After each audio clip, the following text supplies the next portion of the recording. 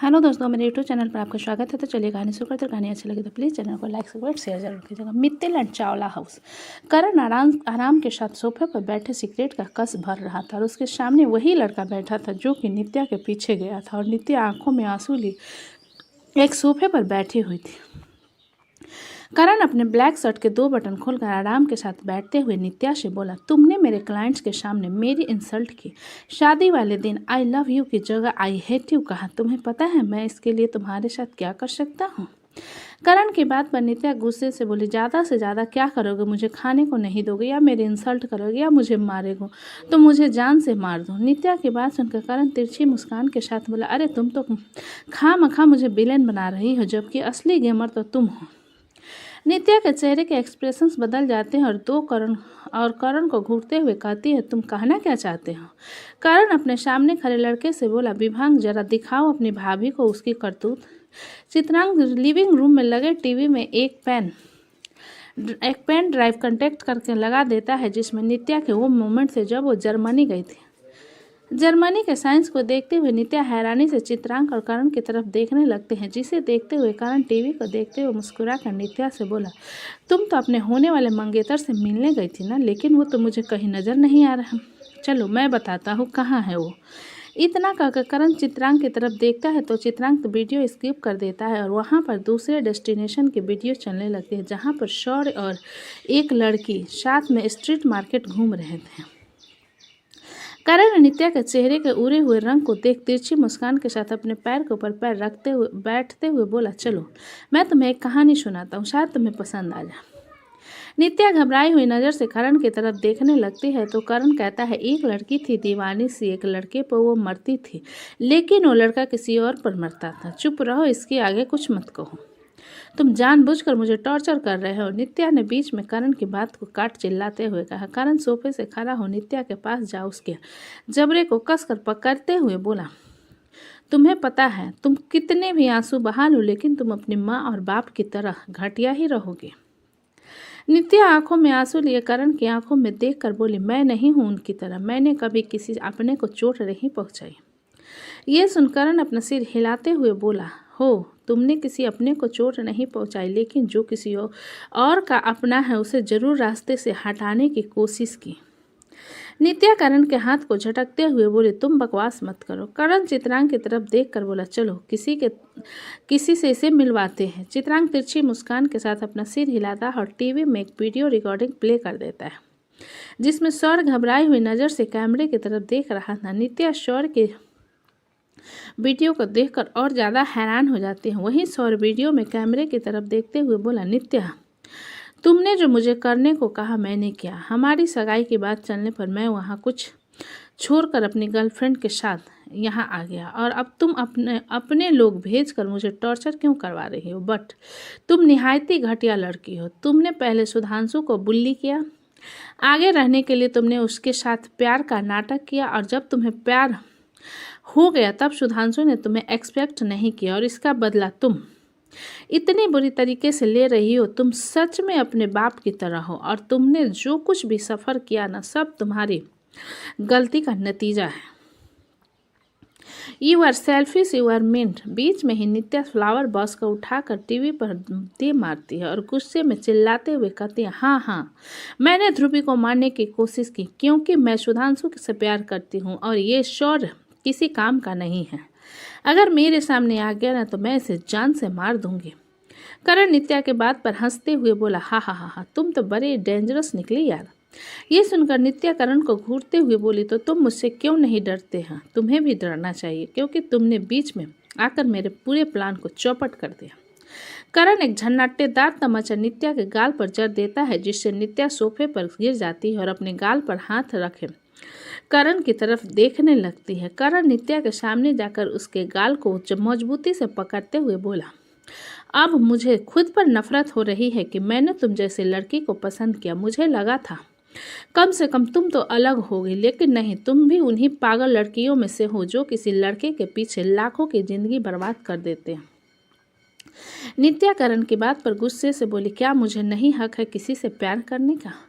प्यार करो लेकिन उससे जो तुमसे प्यार करे, ना कि उससे जिससे तुम सिर्फ प्यार करो। करण ने गुस्से में चिल्लाकर कहा। नित्या करण के बात पर रोते हुए बोली, लेकिन मैं सुधांशु से प्यार करती हूँ, मुझे तुमसे प्यार नहीं है, मुझे यहाँ से जाने दो ताकि तुम वहां जाकर फिर से सुधांशु अवस्थी और ध्रुवी सारंग के बीच में मिसअंडरस्टैंडिंग क्रिएट कर सकूं।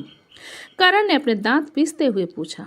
नित्या करण की बात पर उसे घूरते हुए बोली, तो तुम्हें ये नहीं लगता कि मैं तुम्हें भी जान से मार सकती हूँ? ये सुनकर करण हंसते हुए बोला, हाँ हाँ हाँ, तुम मुझे मारोगे जिसकी खुद की जिंदगी मेरे मुट्ठी में है। नित्या करण को बुरी तरीके से घूरने लगती है, जिस पर करण चित्रांग की तरफ देखते हुए कहता है, मेरा बेडरूम रेडी हुआ? चित्रांग अपना सिर हिलाकर बोला, हाँ, और तुम्हारी बीबी का कमरा भी रेडी हो गया। करण अपना सिर हिलाकर बोला, ठीक है, शाम को रिसेप्शन है, मुझे और कोई तमाशा नहीं चाहिए। नित्या कंफ्यूजन में करण की तरफ देखने लगती है, जिस पर करण नित्या से कहता है, क्या हो गया नित्या बेबी, तुम इतनी कंफ्यूज क्यों हो? तुम्हें लगा था कि मैं तुम्हारे साथ ज़बरदस्ती करूंगा, बट मेरी फितरत ऐसी नहीं है। बट डोंट वरी, मैं अपने माल के अलावा किसी और की तरफ नहीं देखता। मैं तुम्हारी माल नहीं हूँ, नित्या ने बीच में गुस्से में कहा, जिस पर करण अपना सिर हिलाते हुए बोला, you are right baby, you are not my माल, you are my mean wife. Nitya नफरत से करण को घूरते हुए बोली, मैं यहाँ से चली जाऊंगी। ये सुनकर तिरछा मुस्कुराकर चित्रांग से बोला, ये जो वीडियो है और जो तुमने रिकॉर्ड किया है, सब चीज़ें कशिश मित्तल को सेंड कर दो। करण की बात पर सुनकर नित्या के चेहरे के रंग उड़ जाते हैं और वो जल्दी से चित्रांग की तरफ देखते हुए कहती है, नहीं प्लीज़ प्लीज़ ऐसा मत करना। करण अपने बेडरूम की तरफ जाते हुए बोला, वो वही करता है जो मैं कहता हूँ, वो हर किसी की बात नहीं सुनता। नित्या अपने वेडिंग गाउन को दोनों हाथों से पकड़ करण के पीछे आते हुए बोली, करण प्लीज़ ऐसा मत करो, भाई मुझसे नफरत करेंगे, और मैं भी तो यही चाहता हूँ बेबी कि सारे इंडिया के लोग तुमसे नफरत करें, तुम्हारी पूरी फैमिली तुमसे नफरत करे, ताकि तुम्हारे पास मेरे अलावा और कोई ऑप्शन ही ना हो। करण ने हल्का सा मुड़ कर नित्या की तरफ देख वापस बेडरूम की तरफ जाते हुए कहा। नित्या करण की बात सुनकर पीछे से चिल्लाते हुए बोले, ऐसा कभी नहीं होगा, भाई मुझसे कभी नफरत नहीं करेंगे, तुम बहुत घटिया हो करण। ये कहते हुए नित्या करण के बेडरूम में आ चुकी थी। करण कमरे का दरवाजा अंदर से बंद कर मुड़कर नित्या की तरफ देखते हुए बोला, इट्स आफ्टरनून टाइम, जो कि मेरे लंच करने का होता है, और तुम यहाँ क्या कर रही हो? नित्या अपने गाउन को अपनी मुट्ठी में मजबूती से भरकर करण के सामने आकर बोली, करण प्लीज़ वीडियो भाई को सेंड मत करो, वो टूट जाएंगे। करण नित्या के लाचार चेहरे को देखकर हल्के स्मित के साथ बोला, मेरा क्या फ़ायदा है? ये सुनकर नित्या जल्दी से बोली, तुम जो कहोगे मैं करूँगी। जिस पर करण तिरछी मुस्कान के साथ बोला, तुमने देखा ना, हम दोनों की शादी हुई है, but you don't consider me your husband, और तुमने मेरी पहनाई अंगूठी भी फेंक दी, और तुम चाहती हो कि मैं तुम्हारे रेपुटेशन को जमीन पर ना लाऊं। घाटे का सौदा है ना। करण की पूरी बात सुनकर नित्या अपना चेहरा साफ करते हुए बोली, तुम्हें क्या चाहिए?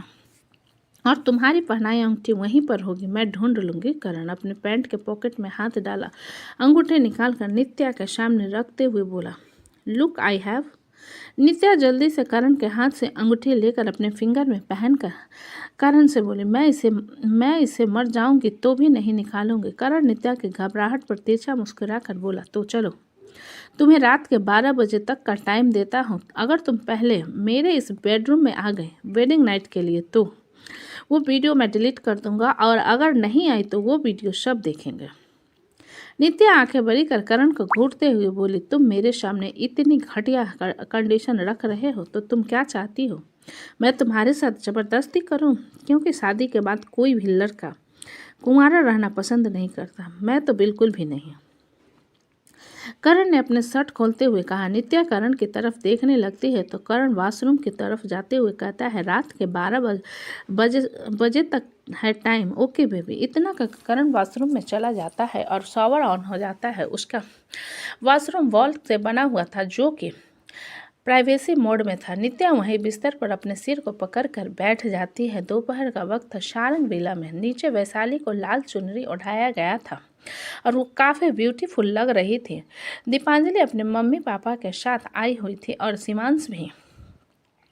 अपने पेरेंट्स के साथ आया हुआ था और वही वैदिक बुरी तरीके से उन दोनों को घूर रहा था, क्योंकि दोनों साथ में सोफे पर बैठे बातें कर रहे थे। इधर कशिश मीरा के सामने खड़ा उसके हाथ को पकड़ने की कोशिश करते हुए बोला, मीरा। मीरा कशिश के हाथ को झटक कर बोली, मुझे कोई बात नहीं करनी। कशिश जबरदस्ती मीरा के हाथ को पकड़ कर बोला, मुझे तुम्हारी ज़रूरत है। नित्या भी गायब है, मैंने सच में कुछ नहीं किया है, मुझ पर यकीन करो। मीरा कशिश के हाथ को झटकते हुए गुस्से में उसे घूर कर बोली, यकीन करूं आप पर? क्यों करूं यकीन? आपने मेरी इनसिक्योरिटी को देखा नहीं, क्योंकि आपको अपने बिजनेस से मतलब था। और अब जाओ ना, मेरे पास क्यों आ रहे हो? कशिश लगभग रोते हुए बोला, यार इंसान से गलती एक बार होती है, बार बार नहीं होती। अब मैं दोबारा अगर ऐसी हरकत हुई तो सीधा तलाक के लिए कोर्ट में आ जाना। मीरा ने कशिश की बात को बीच में काट कर कहा। कशिश मीरा की एक बात सुनकर गहरी सांस लेकर बोला, मतलब तुम मुझे तलाक नहीं दोगी ना? मीरा आंखें चढ़ाते हुए कशिश को घूर कर बोली, अच्छा इतना जल्दी मुझे मन भर गया, जो सीधा तलाक के बारे में सुनकर खुशी हो रही है? कशिश जल्दी से अपना सिर नहीं में हिलाकर बोला, मुझे खुशी नहीं हो रही है, मैं राहत की सांस ले रहा हूँ कि तुम मुझे नहीं छोड़ रही हो। जिस पर मीरा कशिश को इग्नोर कर कमरे से बाहर जाते हुए बोली, जब तक आप अपनी बेगुनाही साबित नहीं करते मैं मित्तल हाउस नहीं जाऊँगी। कशिश जल्दी से मीरा के पीछे आकर बोला, हाँ तो मैं भी यहीं पर रहूँगा, क्योंकि तुम्हें मेरी ज़रूरत है। मीरा घर घूर कर कशिश की तरफ देखने के बाद नीचे की तरफ चली जाती है। इधर अदिति एक सुंदर सा लहंगा पहने रेडी होकर नीचे आ चुकी थी। अदिति लिविंग रूम में आकर सोफे पर बैठ जाती है तो शिवांश उसकी तरफ देखते हुए कहता है, आंटी। आदित्य शिवांश की बात पर छोटा सा मुंह बनाकर बोली, दीदी आंटी नहीं, मैं तो सिर्फ अभी 20 साल की हूँ। ये सुनकर शिवांश मुस्कुराते हुए बोला, आप बहुत ब्यूटीफुल हो। आदित्य मुस्कुराकर बोली, थैंक यू, वैसे आप भी बहुत स्मार्ट हो। जिस पर शिवांश मुस्कुराते हुए बोला, मैं जब बड़ा हो जाऊँगा तो आपसे शादी करूँगा। शिवांश की बात सुन आदित्य थोड़ी हैरान होकर शिवांश से बोली, लेकिन मैं तो आपसे बहुत बड़ी हूँ, पूरे 11 साल। शिवांश आदित्य की बात पर बोला, कोई बात नहीं, मैं फिर भी आपसे शादी करूंगा। दीपांजलि बातों को गौर से सुन रही थी। शिवांश से बोली, शिवा, शादी करना मतलब एक लड़का और एक लड़की का साथ में रहना। शिवांश अपना सिर हिलाते हुए बोला, हाँ, और तुम्हें इस बारे में किसने बताया? वो कोई दूध पीती बच्ची है क्या जो उसे इस बारे में पता नहीं होगा? वैदिक ने रूड आवाज में आते हुए कहा। वैदिक को देखकर दीपांजलि अपना चेहरा दूसरी तरफ कर लेती है, जिसे देखकर वैदिक अपने दांत पीसते हुए कहता है, मुझे भी तुम्हारे जैसे कौवा को देखने में कोई दिलचस्पी नहीं है, बड़े आई मुझे देखकर इग्नोर कर रही हो। शिवांश वैदिक की बात पर थोड़ी नाराजगी से बोला, आप इस तरीके से दीपा को कौवा नहीं कर सकते, वो बहुत ब्यूटीफुल है। वैदिक शिवांश को कॉलर को झाड़ते हुए बोला, तुम अभी भी छोटे हो, तुम्हें नहीं पता मेरी गर्लफ्रेंड उससे भी ज़्यादा ब्यूटीफुल है, और मैं तो कहता हूँ तुम्हें भी इस कौवा से दूर रहना चाहिए, वरना कोई तुमसे दोस्ती नहीं करेगा। शिवांश वैदिक के हाथ को झाड़ते हुए बोला, मेरे मम्मी और डैडी कहते हैं, जो किसी की रिस्पेक्ट नहीं करता उसकी खुद की कोई रिस्पेक्ट नहीं होती, और आपकी कोई रिस्पेक्ट नहीं है। दीपा बहुत ब्यूटीफुल है। वैदिक शिवांश के कॉलर को पकड़ कर बोला, क्या कहा तूने? विकल्प आकर वैदिक को अपने गोद में उठाते हुए बोला, तुम झगड़ा क्यों कर रहे हो? वैदिक शिवांश की तरफ इशारा करते हुए गुस्से में बोला। विकल्प से बोला, इसने अभी कहा कि मेरी खुद की कोई रिस्पेक्ट नहीं है, ये पिंदी खुद को समझता क्या है?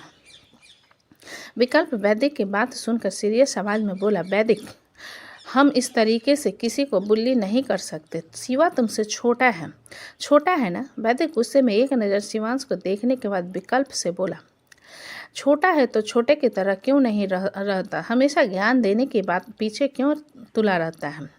मुझे नहीं चाहिए इसका ज्ञान। शिवांश वैदिक की बात सुनकर विकल्प की तरफ देखते हुए बोला, आप बताओ भैया। वैदिक एक बदतमीज लड़का है, आप उससे बात करते हो क्योंकि वो आपका भाई है, बाकी कोई इससे बात करना पसंद नहीं करता। वैदिक शिवांश की बात पर गुस्से से बोला, मैं तुम्हारा मुंह तोड़ दूंगा, मैं एक गुड बॉय हूँ, सब मुझसे बात करना दोस्ती करना पसंद करते हैं। विकल्प वैदिक को शांत कराते हुए बोला, वैदिक शांत हो जाओ, इतना गुस्सा क्यों कर रहे हो? वैदिक अपने आंसुओं को कंट्रोल करते हुए शिवांश की तरफ इशारा करके बोला, इसे समझाओ, मेरे पास बहुत सारे दोस्त हैं, दीपांजलि वैद्य की लाल आंखों को देखते हुए शिवांश के हाथ को पकड़कर बोली, शिवा उसे छोड़ो, हम उसके साथ झगड़ा क्यों कर रहे हैं, हमें तो बुआ के पास जाना चाहिए। शिवांश एक नज़र वैद्य को देखने के बाद अदिति से बोला, दीदी आप भी चलो हमारे साथ। अदिति शिवांश की बात पर बोले, तुम चलो मैं आ रही हूँ। शिवांश सोफे से उतर कर दीपांजलि के हाथ को पकड़कर वैशाली की तरफ चला जाता है। विकल्प उनके जाने के बाद वैद्य को नीचे उतर कर उसके कपड़े को ठीक करते हुए बोला, वैदिक एक चीज़ हमेशा याद रखना, हम जो दूसरे को साथ करते हैं हमारे साथ भी वही होता है, इसलिए दीपांजलि को परेशान मत किया करो, उसके साथ दोस्ती करो। वैदिक विकल्प की बात का बिना कोई जवाब दिया नीलिमा की तरफ चला जाता है। उसके जाने के बाद अदिति विकल्प की तरफ देखते हुए बोली, वैदिक ने पहले से आकर उन्हें परेशान किया था। ये सुनकर विकल्प अपना सिर हिलाते हुए बोला, हाँ मुझे पता है, इसलिए मैंने उन दोनों को कुछ नहीं कहा। ये सुनकर अदिति इधर उधर देखते हुए बोली, आपकी गर्लफ्रेंड नहीं आई? जिस पर विकल्प हैरान होते हुए बोला, मेरी गर्लफ्रेंड? मेरी कोई गर्लफ्रेंड नहीं है। ये सुन अदिति हल्की शरारते मुस्कान के साथ बोली, मैंने आपको देखा था राजीव भैया के घर गोदभराई में, आप एक लड़की के साथ थे। विकल्प वर्षा को याद करते हुए अपना सिर हिलाकर बोला, हाँ मुझे वो अच्छी लग रही थी, लेकिन क्या? अदिति ने एक्साइटमेंट में पूछा। विकल्प बात को टालते हुए बोला, मेरे ख्याल से तुम्हें शोभित भाई पर ध्यान देना चाहिए, देखो कहीं नज़र नहीं आ रहे हैं। अदिति इधर उधर देखते हुए बोली, अरे कहीं बाथरूम में बेहोश तो नहीं हो गए, मैं देख कर आती हूँ। इतना कहकर अदिति जल्दी से कमरे की तरफ भाग जाती है। विकल्प उसे जाता हुआ देखकर मुस्कुरा देता है और बाकी लोगों की तरफ चला जाता है। तो दोस्तों कहानी कैसी लगी मुझे कमेंट में लिखा, अच्छे लगे तो प्लीज़ चैनल को लाइक करें, सब्सक्राइब करें और ज़्यादा से ज़्यादा शेयर करें। कहानी को पूरा सुनने के लिए धन्यवाद।